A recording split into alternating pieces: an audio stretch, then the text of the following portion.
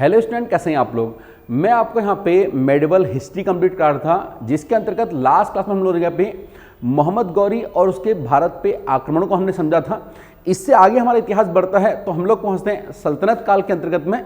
सल्तनत काल में हम देखते हैं कि दिल्ली सल्तनत के अंतर्गत 5 वंशों ने राज किया था। सबसे पहले हम इन 5 वंशों की टाइमलाइन को देख लेते हैं। इन 5 वंशों में से सबसे पहला वंश था आपका यहाँ पे गुलाम वंश। ठीक है, गुलाम वंश से मैंने आपको बताया था जब मोहम्मद गौरी ने भारत पे आक्रमण किया था और मोहम्मद गौरी भारत से चला गया था, ये अपने सभी विजित क्षेत्र जो इसने यहाँ पे जीत रखे थे वो ये कुतुबुद्दीन ऐबक को देकर के चला गया था। लेकिन कुतुबुद्दीन ऐबक के लिए इतना आसान नहीं था ये रास्ता कि कुतुबुद्दीन ऐबक गुलाम वंश की स्थापना करे। उसके सामने यल्दौज की चुनौती थी, जो हम अभी बात करेंगे। ठीक है, कुबाचा की चुनौती थी, इल्तुतमिश की भी चुनौती थी। उनसे वो कैसे निपटा हम उस पर अभी यहाँ पे बात करेंगे। फाइनली जो भी हुआ, गुलाम वंश की स्थापना कर दी किसने? यहाँ पे कुतुबुद्दीन ऐबक ने। कैसे करी हम यहाँ पे देखेंगे। ये वंश आपका 1206 से लेकर के 1290 तक चला। 84 वर्ष तक आपका ये वंश चला। कौन सा आपका यहाँ पे? गुलाम वंश। ठीक है, इसके बाद आपका यहाँ पे चला खिलजी वंश, जो 1290 से लेकर के 1320 तक चला। ये चला आपका यहाँ पे 30 साल। ठीक है, इसके बाद तुगलक वंश चला 1320 से लेकर के 1414 तक चला ये। ठीक है, ये 94 ईयर तक चला। सबसे दिल्ली सल्तनत के अंदर में सबसे लंबा शासनकाल, सबसे लंबा जो शासनकाल रहा वो तुगलकों का ही रहा। और सबसे कम शासनकाल हम लोग देखें यहाँ पे खिलजियों का शासन जो था ये सबसे कम शासन रहा। ठीक है, किसका पे? जो खिलजियों का शासन था ये सबसे कम शासन रहा। ठीक, क्यों सबसे कम रहा, क्यों इनका सबसे ज्यादा रहा, इन बातों में आगे हम सारी यहाँ पे चर्चा करेंगे। ठीक है, अगले यहाँ पे चौथे जो वंश रहा वो था सैयद वंश। ठीक है, इसमें आपका 1414 से लेकर के 1450 तक आपका चला। ये 36 साल तक चला। ठीक है, और उसके बाद यहाँ पे आपका लोधी वंश आया जो 1450 से लेकर के फाइनली 1526 तक चला। ठीक है, और 1526 में हम लोग जानते हैं कि पानीपत का युद्ध हुआ। और इसी के साथ में ही जो सल्तनत काल था दिल्ली सल्तनत वो समाप्त हो जाता है। ठीक है, लोधी वंश का अंतिम शासक और बाबर के बीच में युद्ध होता है। ठीक है, और बाबर जो है वो गुलाम वंश की स्थापना कर देता है। ठीक है, और लोधी वंश के साथ में ही दिल्ली सल्तनत आपका समाप्त हो जाता है। ठीक है, हम लोग ने टाइमलाइन को समझ लिया है। अब एक एक करके पढ़ते हैं। सबसे पहले हम देखते हैं गुलाम वंश। हेडिंग लिखो गुलाम वंश। अब बात करते हैं गुलाम वंश की। गुलाम वंश मैंने आपको बताया 1206 से लेकर के 1290 तक चला। गुलाम वंश को हम 2-3 नामों से जानते हैं। गुलाम वंश को ममलूक वंश कहा जाता है। गुलाम वंश को क्या हम कहते हैं? गुलाम वंश को ही ममलूक वंश कहते हैं। और गुलाम वंश को ही इलबरी तुर्क वंश कहते हैं। ठीक है, ममलूक का मतलब होता है ऐसी संतान या फिर ऐसे माता पिता से जन्मा वंश जो गुलामी से मुक्त हो गया हो। ठीक है, उनको कहते हैं ममलूक। ममलूक मैंने क्या बताया आपको? ऐसे माता पिता से जन्मा वंश जो कि गुलामी से मुक्त हो गया हो उसे ममलूक कहा जाता है। इन्हें इलबरी तुर्क भी कहा गया इस वंश को, क्योंकि ये इलबरी तुर्क ही थे। ये इसी वंश को प्राथमिक तुर्क वंश भी कहते हैं, क्योंकि भारत में सबसे पहले जिस तुर्क वंश की स्थापना हुई वो आपका यहाँ पे गुलाम वंश ही था, इसलिए इसको यहाँ पे प्राथमिक तुर्क वंश भी कहते हैं। ठीक हो? ठीक है, अब देखिए यहाँ पे जब मैं गुलाम वंश की बात करता हूं, ममलूक वंश की बात करता हूं, तो इसके संस्थापक के तौर पर हम लोग कुतुबुद्दीन ऐबक को जानते हैं। किसका? यहाँ पे कुतुबुद्दीन ऐबक को। ध्यान रखना, इसमें ऐबक का मतलब होता है चंद्रमा का देवता। ऐबक का मतलब इसमें क्या पे? चंद्रमा के देवता से है। एक बात समझना, जो कुतुबुद्दीन ऐबक था इसकी 4 उपाधियां थी। कुतुबुद्दीन ऐबक की इसके यहाँ पे 4 उपाधियां थी। कौन कौन सी? यहाँ पे सबसे पहले इसकी एक उपाधि यहाँ पे हातिम ताई।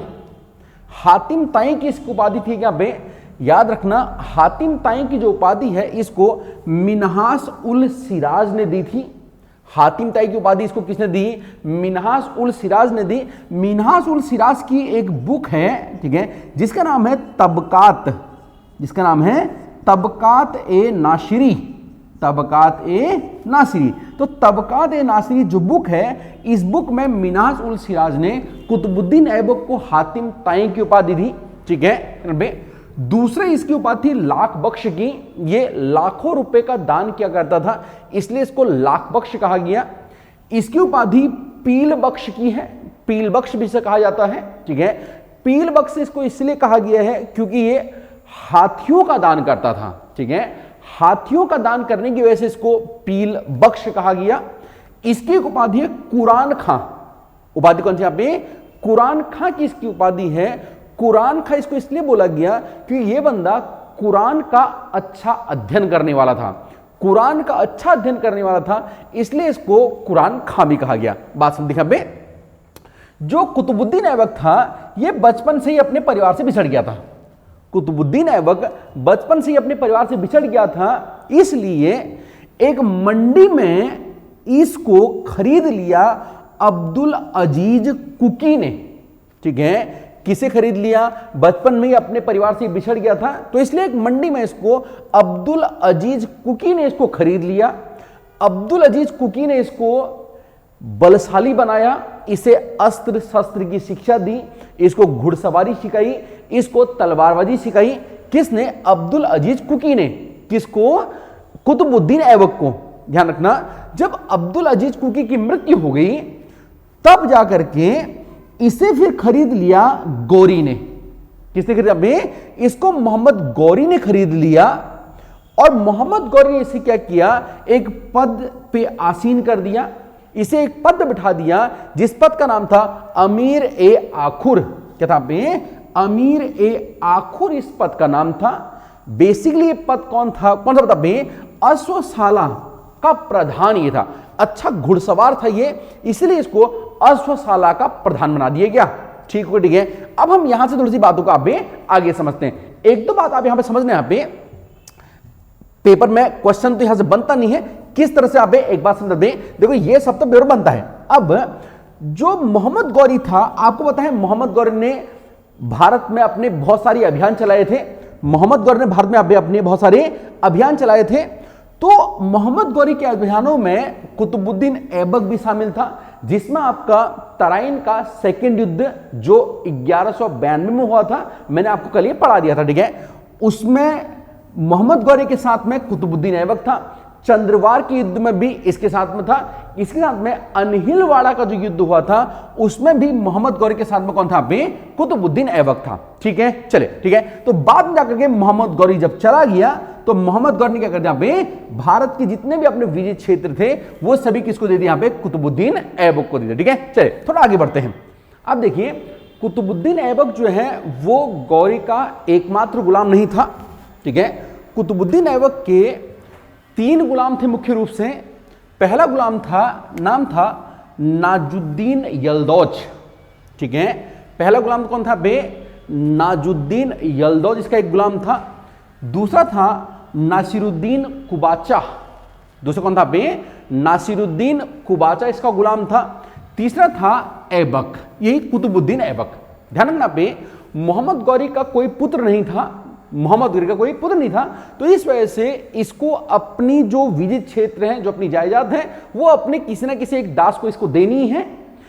इस वजह से क्योंकि इसके सारे युद्धों में, लगभग सारे अभियानों में कुतुबुद्दीन ऐबक ने इसका साथ दिया था, इसलिए अपने सारे विजित क्षेत्र किसको देता है? ये ऐबक को देता है। लेकिन ऐबक के सामने चुनौती खड़ी हो जाती है यल्दौज और कुबाचा की, क्योंकि ये लोग कहते हैं भाई जितना हस्तक्षेप तुम्हारा रहा है उतना हमारा भी रहा है। तो इस वजह से इन लोगों से ऐबक कैसे निपटता है जरा उसको देखते हैं। देखिए सबसे पहले यल्दौज वर्सेस ऐबक। यल्दौज वर्सेस ऐबक जब होता है, होता क्या है? यल्दौज जो है ये आक्रमण करता है ऐबक के ऊपर।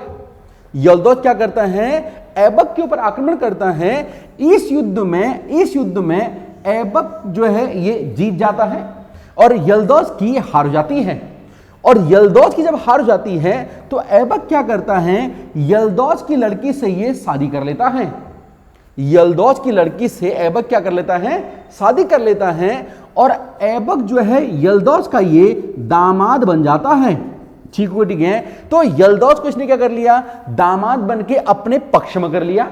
अब देखिए दूसरा है नसरुद्दीन कुबाचा। नसरुद्दीन कुबाचा जो है ये सिंध और मुल्तान वाला एरिया इसके पास है। सिंध और मुल्तान वाले एरिया इसके पास था। ध्यान रखना बे, नसरुद्दीन कुबाचा क्या करता है, ऐबक, ठीक है, ऐबक की एक बहन होती है, ठीक है, ऐबक क्या करता है, अपनी बहन की शादी इस कुबाचा से कर देता है। ऐबक क्या करता है, अपनी बहन की शादी इस कुबाचा से कर देता है, ठीक है। और ऐबक की बहन की शादी जब कुबाचा से हो गई है तो एक तरह से ऐबक का क्या बन गया, आपका बहनोई बन गया, ठीक है। तो ऐबक का बहनोई कौन है, यहां पे कुबाचा बन जाता है। और इस तरह से जब इसका ये बहनोई बन गया तो भाई कुबाचा भी क्या हो जाता है, इस रेस से बाहर हो जाता है। अब देखिए यहां पे तीसरा, ठीक है, तीसरा अंत में तीसरा जो यहां पे ऐबक उत्तर भारत के जो प्रांत है, उत्तर भारत का जो प्रांत है उसका शासक होता है आपका कौन, यहां पे ऐबक। उत्तर भारत के जो प्रांत है, ठीक है, उसका शासक कौन था पे, ऐबक। जैसा आपका नसरुद्दीन कुबाचा कहां पे, ये सिंध और मुल्तान का शासक है, ठीक है। और यलदौज जो होता है ना, यलदौज ये गजनी का शासक होता है। कहां का, गजनी का। गौरी एक्चुअल में कहा था गजनी का ही तो शासक था, गौरी। गौरी कहां का शासक था, गजनी का। कल लास्ट क्लास में आपको पढ़ाया था ये बात है, ठीक है। गौरी जब मर गया वहां पे तो एक यलदौज हुआ इसका गुलाम, जो कहां हुआ, गजनी के अंदर, ठीक है। और कुबाचा ये कहां हो गया पे, सिंध और मुल्तान में, जो इसने जीत लिया था। और उत्तर भारत का एरिया जो इसने जीत लिया था ये किसके पास हुआ, ऐबक के पास। अब ऐबक के सामने एक और चुनौती खड़ी थी, वो चुनौती थी इल्तुतमिश की। किसके यहां पे, इल्तुतमिश की एक चुनौती इसके साथ में थी। ऐबक ने क्या किया, देखिए यहां पे ऐबक ने क्या किया, ऐबक ने अपनी पुत्री, ऐबक की एक लड़की थी, ऐबक ने अपनी पुत्री की शादी किससे कर दी, इल्तुतमिश से कर दी। ऐबक ने अपनी पुत्री की शादी किससे कर दी, यहां पे इल्तुतमिश से कर दी। और इल्तुतमिश को ऐबक ने क्या कर दिया, अपना दामाद बना लिया, ठीक है। देखो यहां यलदौज का तो ये खुद दामाद बन गया, यलदौज का एक खुद दामाद बन गया, इससे अपनी बहन की शादी कर ली, इसको साइड कर दिया, ठीक है। और यहां ये जो इल्तुतमिश है इसको इसने अपना दामाद बना लिया। क्लियर हो गया, ठीक है। अब एक बात जरा आप ये समझिए, देखिए यहां पे सबसे ऊपर कौन है, देखिए कल मैंने आपको समझाया था ये राज्य आपको ना बे, ये राज्य आपका था पे गजनी, राज्य कौन सा था बे, ये राज्य था आपका गजनी, ठीक है, गजनी, जिसकी राजधानी है आपकी गजनवी। यहां से 200 मीटर दूर, कितना पे 200 किलोमीटर की दूरी पर एक राज्य आपका पे गौ राज्य था। कौन था पे, गौ राज्य, जो इन्हीं के अधीन हुआ करता था। थोड़ा सा रिकॉल करा रहा हूं, जो इन्हीं के अधीन हुआ करता था। यहां का जो शासक था गजनी का, वो हुआ मोहम्मद गौरी। मोहम्मद गौरी जब मर गया तो अभी यहां पे कौन है, यहां पे यलदौज, ठीक है। ये मोहम्मद गौरी यहां पे मर गया था, आपको यहां पे पता होगा, यहां पे, ठीक है। देखिए यहां पे मैंने आपको एक बात समझाई थी, यहां पे ये गौ के अंदर एक राजा था, गौ का राजा, यहां कैसा था, कौन था बे, वो था ग्यासुद्दीन, ग्यासुद्दीन था, ठीक है। कहां का, गौ का राजा था। और ग्यासुद्दीन का ही भाई, इस ग्यासुद्दीन का भाई कौन था, ये मोहम्मद गौरी, ठीक है। ग्यासुद्दीन का भाई कौन था, मोहम्मद गौरी। जब यहां पे गजनवी मर गया था तब क्या हुआ, ये जो ग्यासुद्दीन था, ठीक है, इसने क्या कर दिया, इस गजनवी पे आक्रमण कर दिया। इस ग्यासुद्दीन ने क्या कर दिया, इस गजनी पे आक्रमण कर दिया, गजनी पे आक्रमण कर दिया। और यहां ये खुद नहीं बैठ सकता था, अपने भाई को बैठाया। वो कौन हुआ अपना पे, वो हुआ गौरी। तो यहां का राजा कौन होगा पे, यहां का राजा हुआ गौरी। जहां पहले गजनी था वहां कौन हो गया पे, अब वहां पर गौरी हो गया। अब बात समझो, देखो पे तो पहले गजनी जो था वो गौ के अधीन था, अब बाद में स्थिति क्या हो गई, गौ के अधीन क्या आ गया आपका गजनी। क्लियर हो गया, ठीक है। इसका मतलब अब जब गौरी मर गया तो यहां पे जो गुलाम हो गया वो कौन बैठ गया पे, वो हुआ यलदौज। यहां कौन है इस टाइम पे, यहां पे इसका गुलाम हो गया यलदौज, ठीक है। और भारत में इसके गुलाम कौन है पे, भारत में कुबाचा, ऐबक, इसके ये गुलाम है। क्या आपको बात पल्ले पड़ी नहीं पड़ी है। अब देखो पे तो यलदौज को ऐबक ने हटा दिया, कैसे, यलदौज को हटा दिया पे इसका दामाद बना करके, ठीक है, इसका दामाद बन गया, ठीक है। यलदौज की लड़की से इसने शादी कर ली और इसका दामाद बन गया। तो यहां वाला मैटर तो इसका सॉल्व हो गया। अब देखो समझा पे, बाकी यहां इसने कैसे किया, सिंध प्रांत में और उत्तर भारत में मैं आपको समझा चुका हूं, इल्तुतमिश को इसने कैसे हटाया। अब एक बात समझ, जरा आप मुझे ये बताओ सबसे ऊपर कौन है भाई, गजनी के ऊपर कौन है, यहां पे गौ, गजनी के ऊपर गौ है, ठीक है। अब जो ये है एक बात सिंपल आप समझो, यहां पे बहुत आसान भाषा में समझाने का आपको प्रयास करता हूं। तो सबसे ऊपर कौन है अभी? गौ। अब गौ में क्या हुआ, ये जो गयासुद्दीन था ये भी मर गया, ठीक है। गौ में क्या मर गया बे? गयासुद्दीन मर गया। गयासुद्दीन का हुआ एक लड़का, ठीक है, इसका नाम हुआ ये महमूद, जो मैंने यहां पे लिखा है, ठीक है, ठीक है। सबसे ऊपर कौन हुआ इस टाइम पे? महमूद सबसे ऊपर हुआ, ठीक है, ठीक है। आपको ये कहानी मेरे ख्याल से समझ में आपको आ रही होगी, ठीक है। सबसे ऊपर, क्योंकि अभी गौ का राजा कौन है? ये मर गया। इसके बाद यहां पर कौन बैठा पे? महमूद बैठा। महमूद ये है कौन? ये है कौन वास्तव में? ये गयासुद्दीन का लड़का है, सबसे ऊपर ये है। इसके अधीन क्या था आपका? ये आपका गजनी था, ठीक है। और गौरी मर गया तो यहां पे कौन है? यहाँ पे यलदौज यहां पे है, तो इसके ऊपर ये हो गया। बाकी महमूद के अधीन गजनी में ये हो गया, और भारत में कौन हो गया आपका पे? कुबाचा और ऐबक हो गया, ठीक है। तो सबसे ऊपर कौन हो गया इस टाइम पे आपका? बे महमूद हो गया। अब मेरी बात सुनना बे, अब क्या हुआ? सबसे ऊपर कौन है भाई? ये महमूद है। कौन है? गयासुद्दीन का बेटा है, ठीक है। और है कौन? ये गौर का शासक है। इसे गौ भी कहते हैं और इसे गौर भी कहते हैं। ये कौन है यहाँ पे? गौर का शासक है, ठीक है। सबको मान्यता देने का जो काम करता है वो आपका महमूद ही करता है। सबको मान्यता इसी को ही देनी है, ठीक है। मतलब कौन कहां पे कहां का शासक होगा वो कौन डिसाइड करेगा? वो महमूद डिसाइड करेगा। तो महमूद ने भारत के अंदर, ठीक है, भारत के अंदर यहां ऐबक को गद्दी सौंपी। कब? 25 जनवरी 1206 में। किसका पे? 25 जनवरी 1206 में ऐबक को इसने क्या सौंपी? यहां पे भारत की गद्दी सौंपी, ठीक है। और ऐबक को गद्दी सौंपने के साथ में ही इसकी राजधानी हो गई लाहौर। इसकी राजधानी क्या हो गई बे? लाहौर हो गई। एक बात और ध्यान रखना बे, ऐबक ने कभी भी सुल्तान की उपाधि धारण नहीं करी। ऐबक ने कभी भी सुल्तान की उपाधि धारण नहीं करी। ऐबक की उपाधि थी सिपह सलाहकार। मैंने यहां पे लिखा है, आपको शायद दिख नहीं रहा होगा, मैंने क्या लिखा बे? सिपह सलाहकार। सिपह सलाहकार, सलाहकार, ठीक है। और ये सिपह सलाहकार की जो इसकी उपाधि थी, ये उपाधि इसको दी थी किसने? यहाँ पे मोहम्मद गौरी ने, जिसका ये गुलाम हुआ करता था। क्लियर हो गया, ठीक है। अब देखिए हम थोड़ा सा आगे बात करते हैं। मोहम्मद गौरी ने क्या कर दिया? फाइनली यहाँ पे ऐबक ने क्या कर दिया? यहाँ पे गुलाम वंश का ये संस्थापक रहा। किस किस तरह से हुआ, किस किस तरह से इसने औरों को हटाया, मैंने आपको यहाँ पे समझा दिया, ठीक है। अब ऐबक ने भारत में कुछ महत्वपूर्ण चीजें यहाँ पे निर्मित करी। जरा हम उनकी बात करते हैं, ऐबक के निर्माण की बात करते हैं। चलिए अब कुतुबुद्दीन ऐबक के निर्माण कार्यों की बात कर लेते हैं। निर्माण कार्यों में कुतुबुद्दीन ने 3 चीजों का बेसिकली यहाँ पे निर्माण किया, जो आपको एग्जाम के पॉइंट ऑफ व्यू से यहाँ पे याद रखना है, ठीक। चले देखिए यहाँ पे सबसे पहले यहाँ पे दिल्ली में कुतुबुद्दीन ने कुब्बत उल इस्लाम मस्जिद का निर्माण किया। किसका बे?